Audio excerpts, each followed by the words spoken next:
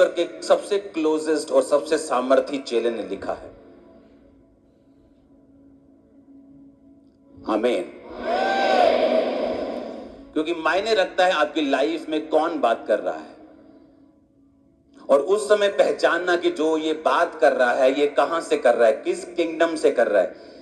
शैतान के किंगडम से कर रहा है कि परमेश्वर के किंगडम से बात कर रहा है। 2004 में जब बपतिस्मा लेकर मैं पानी के बाहर आया और हम बैठकर प्रार्थना कर रहे थे, तो थोड़े से लोग थे, 15-20, और बैठकर हम प्रार्थना कर रहे थे। और वहां पर एक बहन थी, वो आज भी मेरे कांटेक्ट में है। उसने कहा कि परमेश्वर का आत्मा मुझे बता रहा है कि यहाँ एक परमेश्वर का बहुत बड़ा दास बैठा, खुदा उसे बहुत इस्तेमाल करेगा। और सुनो, मुझे 1% भी मालूम नहीं था। मैंने कहा ये मैं तो हूं ही नहीं, किसी के लिए हो सकता है। कोई इंटेंशन नहीं थी इस्तेमाल होने की, जस्ट हीलिंग के लिए मैं बैप्टिज्म ले रहा था, हीलिंग के लिए फास्टिंग कर रहा था, हीलिंग के लिए प्रेयर कर रहा था, रोजे रख रहा था। लेकिन वो बात किस किंगडम से निकली थी? वो जीसस के किंगडम से आई थी। जीसस क्राइस्ट एक दिन जा रहे थे और एक चेले ने कहा, परमेश्वर ऐसा कभी ना हो कि तू क्रूस उठाए। जीसस ने कहा, ओ शैतान, मेरे सामने से दूर हो जा। क्योंकि वो बात उस समय परमेश्वर के राज्य से नहीं, शैतान के किंगडम से, शैतान के राज्य से आई थी। आपके आसपास के लोग अगर आपको पहचानना नहीं आता तो कई बार वो ऐसी बातें, ऐसी शैतानी राज्य की बातें आपकी लाइफ पर बो देते हैं और बोल देते हैं, जिसका असर आपकी लाइफ में होता है अगर आप अज्ञान हैं, अगर आपको परमेश्वर के वचनों की समझ नहीं है। ओह, यू आर सो यंग, तुझे तो पढ़ना चाहिए, अभी तेरी तो लाइफ कैरियर बनाने की है, प्रार्थना तो फिर भी कर लेंगे, बुढ़ापे में कर लेंगे। ये शैतान का राज्य बोल रहा है। क्योंकि जैसे ही शैतान को मालूम है अगर आप प्रेयरफुली पढ़ेंगे, आप उस डायरेक्शन में जाएंगे जहां परमेश्वर चाहता है। कितने इंटेलिजेंट स्टूडेंट्स हैं जिनका पेपर्स के दिनों में एक्सीडेंट हो जाता है, पेपर्स के दिनों में बीमार हो जाते हैं, पेपर्स के दिनों में भूलना शुरू कर देते हैं, डिप्रेस हो जाते हैं। तब उनकी इंटेलिजेंसी काम नहीं आती, ना बल से ना शक्ति से, बल्कि परमेश्वर की आत्मा के द्वारा, बाइबल कहती है। एक इंटेलिजेंट मैन अपने बिजनेस में फेल है और उससे अधिक मूर्ख व्यक्ति 10 गुना अपने बिजनेस में पास, और वो सोचता है कि ऐसा क्यों? क्योंकि बाइबल कहती है आपको परमेश्वर की जरूरत है। उसके बिना आई गई हर आशीष टेम्परेरी हो सकती है, थोड़े दिनों की हो सकती है, साथ बहुत सारी श्रापों को लेके आई हुई हो सकती है। हालेलुया। इसलिए मायने रखता आपकी लाइफ में कौन बोल रहा है। मैंने यूट्यूबर्स देखे हैं, पैसा पैसा पैसा, गाड़ी खरीद ली, एक दिन उसी गाड़ी से एक्सीडेंट हो गया, मर गए। क्योंकि वो गाड़ी तो ब्लेसिंग है, लेकिन बाइबल कहती है जो ब्लेसिंग यहोवा देता है उसके साथ वो दुख नहीं मिलाता, उसके साथ वो पेन्स नहीं मिलाता। अगर आज का वचन आप समझ गए तो आपकी लाइफ चेंज होगी यीशु के नाम में। आज 2 चेलों की हम बात करेंगे, पहला पतरस और दूसरा याकूब।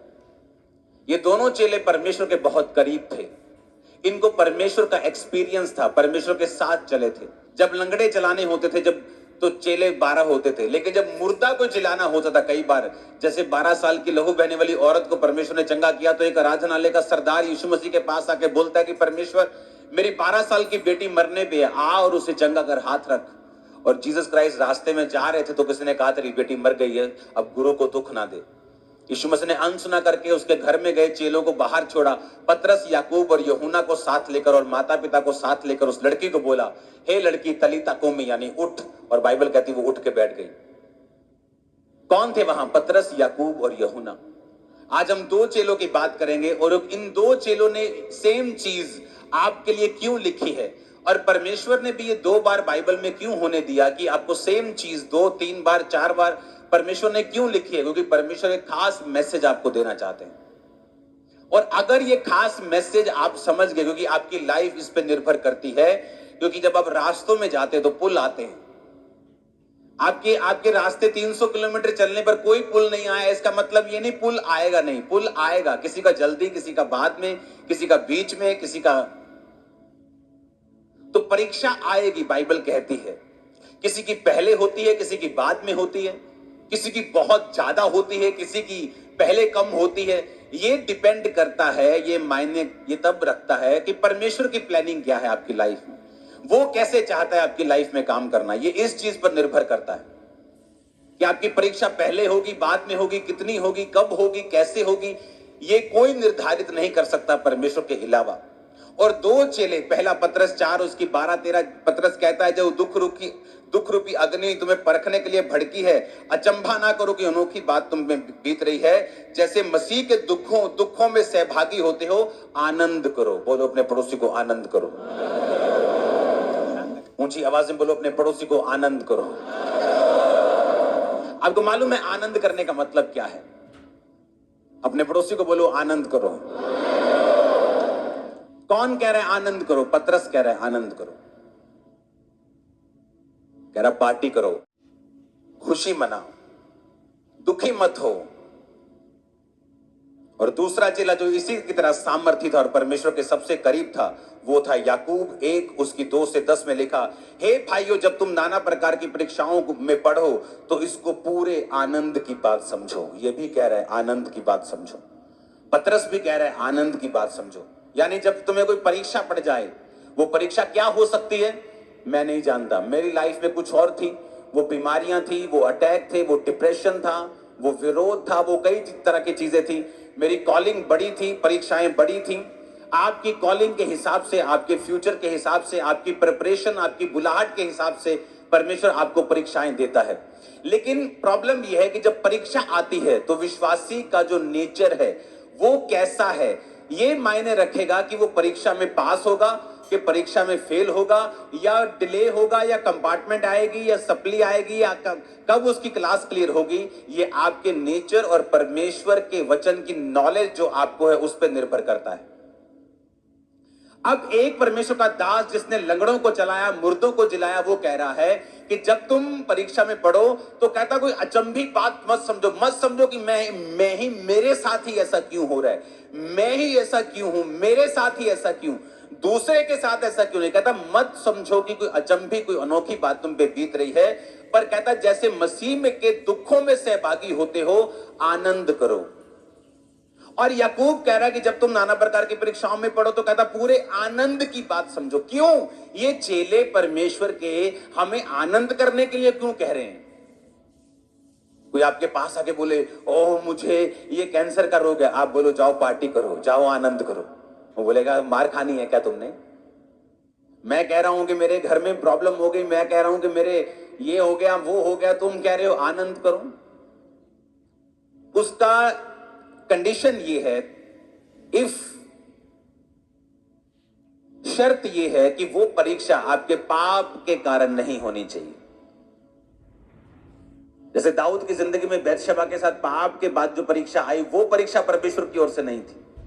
जो पहले उसकी जिंदगी में हो रहा था, जो शाऊल उसके पीछे पड़ा था, वो परमेश्वर की ओर से था। कितने मेरी बात को समझ रहे हैं? अब दो चेले कह रहे हैं कि आनंद करो। क्यों ये हमें आनंद करने के लिए बोल रहे हैं? 2009 में जब ये सेवकाई शुरू हुई तो मेरा पूरा बिजनेस जो करोड़ों रुपए का था, किसी ने आग लगा दी थी इसी गांव के लोगों ने। तो अगर मैं वचन उस समय पढ़ता यही पतरस का, तो पतरस कहता आनंद करो, तो मैं सोचता नहीं पतरस को कुछ दवाई की जरूरत है। ये मुझे कह रहा है मेरा बिजनेस जल गया, करोड़ों रुपए का नुकसान हो गया। यही बिजनेस की तो मैं गवाही देता था, यही बिजनेस की गवाही देकर तो मैं लोगों को समझाता था कि मसीह में आओ। अब यही बिजनेस जल गया तो मेरे पास कोई गवाही नहीं है। अब मेरी हीलिंग की गवाही बची है, और वो भी शैतान मेरी हीलिंग से भी फाइट करता रहता था ताकि मुझे ये महसूस होता रहे कि तेरे पास अभी कुछ नहीं है, तेरे पास 5 साल हो गए अभी कुछ नहीं है, बिजनेस भी था वो भी चला गया। तो मेंटल टॉर्चर करने की वो कोशिश करता था, मेंटली आपसे क्वेश्चन करने की कोशिश करता है, आपको सवाल पैदा करता है। यीशु मसीह की जो प्रेजेंस है, उसकी जो ग्लोरी है, उसकी जो हौंद पंजाबी च कहते, उसके ऊपर वो सवाल पैदा करता है कि वो है कि नहीं। क्योंकि तुम्हारे पास बिजनेस था वो जल गया, अब सेहत है और वो उसके साथ भी मैं फाइट कर रहा हूं, तुझे मैं हीलिंग लेने नहीं दूंगा। तो ऐसा लगता कि क्या सचमुच परमेश्वर है भी या नहीं। लेकिन जब पतरस को पढ़ा तो उसने कहा आनंद समझो। जब याकूब को पढ़ा जो परमेश्वर के करीब था, वो भी कह रहा कि जब तुम नाना प्रकार की परीक्षाओं में पढ़ो तो पूरे आनंद की बात समझो। क्यों? मैं आपको बताता हूं क्यों। मेरी लाइफ में बहुत सी परीक्षाओं को मैंने देखा है। अब जो आजकल थोड़ा बहुत विरोध होता है, ये कोई परीक्षा नहीं है, ये तो मतलब ऐसे ऐसे वाला है, ये कोई परीक्षा नहीं है। हालेलुया। ये तो शैतान जैसा दुखी है बेचारा। सुनो, परीक्षा किसे बोलते मैं आपको बताता हूं। ये परीक्षा परीक्षा नहीं, सुनो, ये तो एंजॉय करो, मजे लिया करो। तो परीक्षा किसे? 2005 में मेरी लाइफ की बिगेस्ट परीक्षा थी। 2005 में मैं अपनी लाइफ के मोस्ट डिप्रेस्ड पार्ट से होकर गुजर रहा था। सुसाइड करना चाहता था। मसीह में आने के बाद ले हैंड करता था, तब पवित्र आत्मा पा चुका था, तब भी इतने ज्यादा मेरी लाइफ में वो डिप्रेशन और डेविलिश अटैक्स थे, लेकिन शैतान मेरे अंदर नहीं था।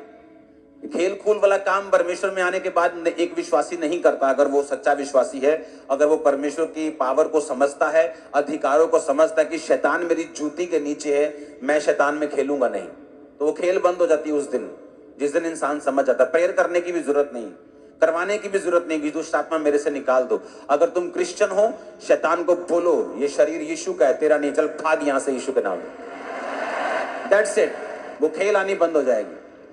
जब सिर घुमाने के लिए शैतान बोले तो उसे स्टॉप करो, उसे बोलो ये शरीर तेरा नहीं, यीशु मसीह का है, ये हिलेगा नहीं, ये खुदा के काम करेगा। आप बोलते नहीं, जब बोलते नहीं तो शैतान काम करता है। परमेश्वर का रूह कह रहा है अपने दोनों दासों के जरिए से कि जब परीक्षाओं में पढ़ो तो इसे बिल्कुल आनंद की बात समझो, इसे प्योर आनंद समझो, प्योर दिल के साथ खुशी मनाओ जब तुम परीक्षाओं में पढ़ो। इसका रीजन है, आपकी लाइफ में एक समय आएगा, आप अगर परीक्षा में हैं, थे या होंगे, ये वचन सबके लिए एक है। आपकी लाइफ में एक टाइम आएगा, आप पवित्र आत्मा से भरे हुए होंगे, आप वचन को जानते होंगे, लेकिन शैतान फिर भी क्वेश्चंस आपके सामने रेज करेगा, सवाल पैदा करेगा। ये क्यों? अगर वो है तो ये क्यों है? अगर वो है तो ऐसा क्यों नहीं है? और इतने सारे क्वेश्चंस आपके साथ होंगे और आपको लगेगा कि आप कुछ नहीं कर सकते इन क्वेश्चंस के खिलाफ। तब वो परीक्षा जो आपकी हुई थी और उससे निकलने की फीलिंग्स और एक्सपीरियंस जो आपको हुआ था, आपको मसीह में सदा के लिए स्टैंड रखेगा यीशु के नाम में। मैं आपको सच कह रहा हूं, मैं अपनी लाइफ में खड़ा हूं, उसका एक मेजर कारण यह है कि 2005 की वो परीक्षा जिससे मैं सबसे अधिक तंग हुआ, और पार्ट्स में मैं उस परीक्षा से निकला हूं, पार्ट्स में कुछ कुछ करके 8 साल, 9 साल, 10 साल। लेकिन जब शैतान ने मेरी लाइफ में क्वेश्चंस रेज किए, बाइबल जानते हुए, पवित्र आत्मा से भरे हुए, सामर्थ पाए हुए भी, वो एक्सपीरियंस जो मेरा परीक्षा से निकलने के बाद जो मैंने प्रभु से लिया था, परमेश्वर ना इनकाउंटर हुआ मेरा आमना सामना, क्योंकि वो परीक्षा से निकलना आसान नहीं था। वो एक्सपीरियंस आज भी जब मैं याद करता हूं, वो परमेश्वर मुझे खड़ा रखता है, क्योंकि वो साबित करता है यीशु मसीह जीवित परमेश्वर। मैं आपको बता रहा हूं, वचन जानने वाले भी लोग कई बार बैकस्लाइड हो जाते हैं, क्योंकि उनका यीशु मसीह से आमना सामना नहीं हुआ, उन्हें ये प्रैक्टिकली नॉलेज नहीं है। आप जानते हैं पतरस वचन जानता था, यीशु मसीह को जानता था। जब यीशु मसीह मर गए तो फिर मछलियां पकड़ने के लिए चला गया था, अपना काम धंधा पकड़ने के लिए चला गया था, बैकस्लाइड हो गया था, और जीसस क्राइस्ट फिर उसके पास गए, इनकाउंटर हुआ। इनकाउंटर होना, आमना सामना होना, एक्सपीरियंस होना, जो वचन फिर आपने सुना होता है, वो लगता है फिर कि ये सच्चा है। आपको समझ आनी चाहिए मैं क्या कह रहा हूं। बिना परीक्षाओं से निकले आपको ये वचन भी सच्चा नहीं लगेगा, मैं आपको बता रहा हूं। आप गवाहियां भूल जाओगे, मैं आपको बता रहा हूं। आप सब भूल जाओगे, मैं आपको बता रहा हूं। वचन होते हुए भी आप अविश्वास में रहोगे, पूरी तरह से विश्वास में नहीं होंगे। लेकिन जब आप उस एक्सपीरियंस को जो खुदा ने आपको दिया, और वो कब मिलता है आपको मालूम? वो तभी मिलता है जब आप परीक्षा में होते हैं। इसीलिए पतरस और याकूब को मालूम था कि जब परीक्षा में विश्वासी पढ़ेंगे तो आनंद बनाना, क्योंकि उसी के कारण तुम फ्यूचर में खड़े रहोगे और बने रहोगे, स्ट्रांग रहोगे, बड़े काम करोगे यीशु में। आप समझ रहे हो मेरी बात के नहीं? वो एक्सपीरियंस आपको लाखों रुपया, वो एक्सपीरियंस कोई जन, कोई फैमिली मेंबर, कोई प्यारा, कोई दुलारा आपको नहीं दे सकता। वो एक्सपीरियंस आपका पैसा, आपकी बुद्धि, आपकी एक्सीलेंस, आपकी पढ़ाई, आपकी प्रॉपर्टी वो नहीं दे सकती। वो एक्सपीरियंस वो लोग नहीं ले सकते जो परीक्षाओं के दिनों में बहक जाते हैं, परमेश्वर से हट जाते हैं, प्रार्थना करनी छोड़ देते हैं, वचन पढ़ना छोड़ देते हैं, चर्च जाना छोड़ देते हैं, क्योंकि वो परीक्षाओं में लगता है कोई अचंभी बात उन पे बीत रही है। अगर परमेश्वर होता तो मेरे साथ ऐसा नहीं होता। और पतरस ने पहले ही कह दिया कि तुम, कहता अचंबा मत करो कि अनोखी बात तुम पे हो रही, क्योंकि मुझे बड़ा अचंबा होता था कि मैं ही क्यों, ये सारे डिप्रेशन, ये सारी बेवकूफों वाली चीजें ये मेरी लाइफ में क्यों हो रही हैं। तब समझ नहीं आती थी, तब लगता था कि परमेश्वर मुझे निकाल, मुझे कुछ नहीं चाहिए, मुझे निकाल बस इन चीजों से। लेकिन आज समझ आती है कि वो क्यों था, ताकि मैं आज खड़ा रहूं। वो आपको देख रहा था, वो लाखों लोगों को देख रहा था, वो मुझे देख ही नहीं रहा था। उसे मालूम था कि आने वाले समय में क्या होगा। उसे मालूम है आप ब्लेसिंग का कारण है, आपके वंश के लिए, आपके जनरेशंस के लिए, लाखों रूहों के लिए, वो लोग जो आपके द्वारा बचाए जाने वाले हैं। बने रहो और खड़े रहो। वो अनोखी बात हो सकती है, वो लंबा एक्सपीरियंस हो सकता है, लेकिन मैं आपको बता रहा हूं उसी के लिए आप फ्यूचर में अपनी गाड़ियों के लिए, अपनी प्रॉपर्टीज के लिए, अपने परिवार, अपने जिंदगी के लिए इतना थैंक्स नहीं करोगे जितना आप उस परीक्षा के लिए करोगे, क्योंकि ये सब कुछ भी नहीं रहे अगर वो परीक्षा का एक्सपीरियंस आपको ना होता और आप परमेश्वर से हट जाते। इसलिए वो विश्वासी बड़े अजीब से मालूम होते हैं जिनकी लाइफ में वो परीक्षाओं से निकले नहीं होते, क्योंकि आज वो कैंसर हीलिंग देखते हैं तो बल्ले बल्ले बल्ले बल्ले, लेकिन कल को जब शैतान सवाल करता है वो घर बैठ जाते हैं, क्योंकि उनको अपना कोई एक्सपीरियंस नहीं है परमेश्वर के साथ। और वो एक्सपीरियंस आता है जब आप परमेश्वर में चलना शुरू करते हैं। वो विरोध हो सकता है, कोई बीमारी हो सकती है, कोई तकलीफ हो सकती है, और जब आप उस एक्सपीरियंस से निकलते हैं, वो फीलिंग और वो एक्सपीरियंस जो आपको होता है वो आपको सदा सारी उम्र परमेश्वर में खड़ा रखता है। एवरी डे आपको खड़ा रखता है परमेश्वर। आज के बाद जब आप परीक्षाओं में जाएं, जब आपकी परीक्षा हो, तो पतरस को भी याद करना और याकूब को भी याद रखना। ये वो दो चेले थे जो परमेश्वर के साथ सबसे अधिक रहे हैं, जिनको परमेश्वर के सबसे अधिक इनकाउंटर हैं, जो सबसे ज्यादा प्रभु से मिले हैं, सबसे ज्यादा परमेश्वर के कामों को उन्होंने देखा है, लंगड़ों को चलते देखा है, अंधों को देखा है, उन्होंने मुर्दों को जलाते हुए देखा है, सबसे क्लोज परमेश्वर के थे। आसमान में परमेश्वर के कपड़ों को चमकते हुए और मूसा और एलिया को परमेश्वर के साथ बातें करते हुए देखा है। ये वो दो चेले कह रहे हैं कि जब तुम पे परीक्षाएं आए तो पूरा आनंद मनाओ, क्योंकि परमेश्वर कुछ ऐसा कर रहा है जो फ्यूचर में तुम्हें चट्टान की तरह स्ट्रांग रखेगा। तुम हट जाओ तो परमेश्वर तुम्हारे पीछे भागने वाला नहीं, उसके पास हमेशा रिप्लेसमेंट है। परमेश्वर के घर की एक निशानी है, जब एक व्यक्ति को घमंड हो जाता है कि मेरे जैसा कोई काम नहीं कर सकता, परमेश्वर उससे बेटर कोई खड़ा करता है। इसीलिए हर एक बंदे को यह मालूम होना चाहिए, इसलिए मुझे मालूम है, आपको भी मालूम होना चाहिए कि उसके पास रिप्लेसमेंट्स पड़ी होती हैं। जब लगता है कि मेरे जैसा ये काम मैं चला जाऊंगा तो देखना क्या होता है, और जब वो व्यक्ति देखता है कि मैं चला गया, मुझसे कोई बेटर उस स्थान पे खड़ा है, क्योंकि परमेश्वर के पास रिप्लेसमेंट्स हैं। आप नहीं करेंगे, कोई और करेगा। दाऊद के बड़े भाई के ऊपर कॉलिंग थी, दाऊद के ऊपर नहीं थी। वो फेल हो गया, छोटे पे आ गई, वो फेल हो गया, छोटे पे आ गई, वो फेल हो गया, छोटे पे, सब फेल हो गए, दाऊद पे आ गई। दाऊद पास था क्योंकि वो परमेश्वर के नाम में, उसकी परीक्षाओं के दिनों में भी परमेश्वर के साथ जुड़ा रहता था। आमीन। मैंने लोगों को देखा है, मैंने आपको स्टोरी बताई, बहुत सारी स्टोरीज है मेरे पास। लोग नहीं समझ पाते परीक्षाओं में उनको क्या करना है, परमेश्वर में आगे जाना है कि पीछे जाना है। एक लड़की की हमेशा शिकायत रहती थी अपने मम्मी से कि तू मुझे कम प्यार करती है, मेरी बहन को ज्यादा करती है। हमेशा उसी की यही शिकायत रहती थी।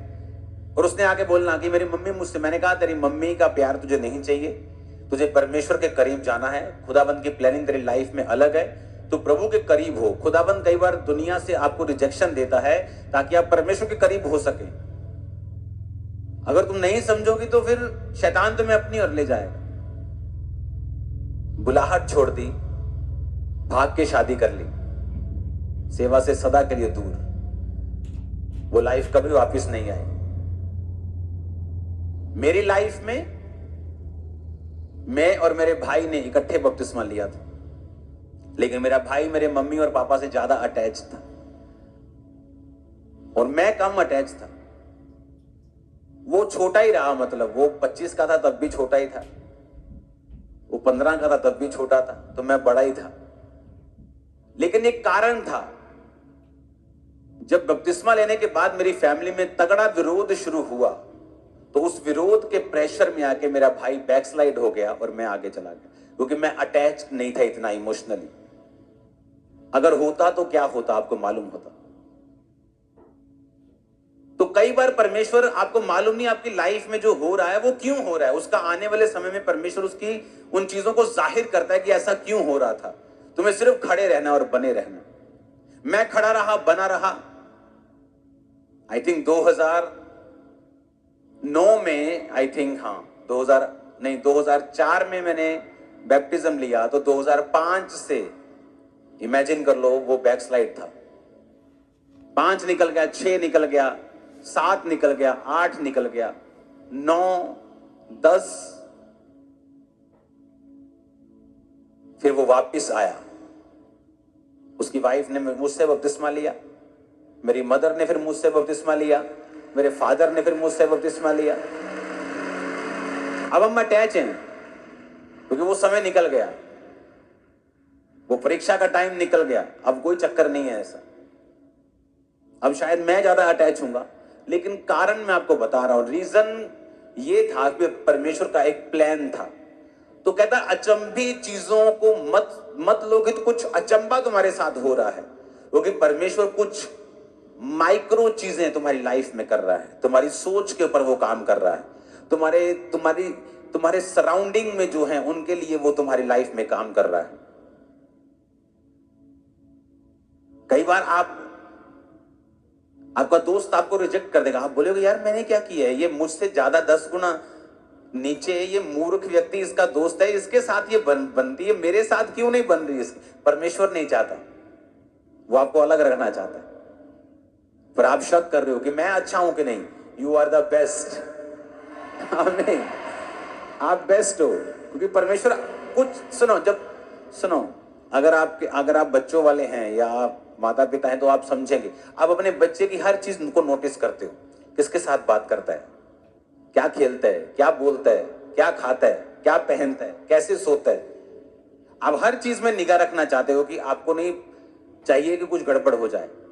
परमेश्वर, आपको लगता है कि परमेश्वर को सिर्फ प्रार्थना बाइबल से मतलब है, बस प्रार्थना करी, बाइबल पढ़ी, चर्च गए, टाइप दिया परमेश्वर को। और परमेश्वर नहीं, परमेश्वर आप सोचते कैसा है, आप जाते कैसा है, गाड़ी क्या, उसको हर चीज से मतलब है।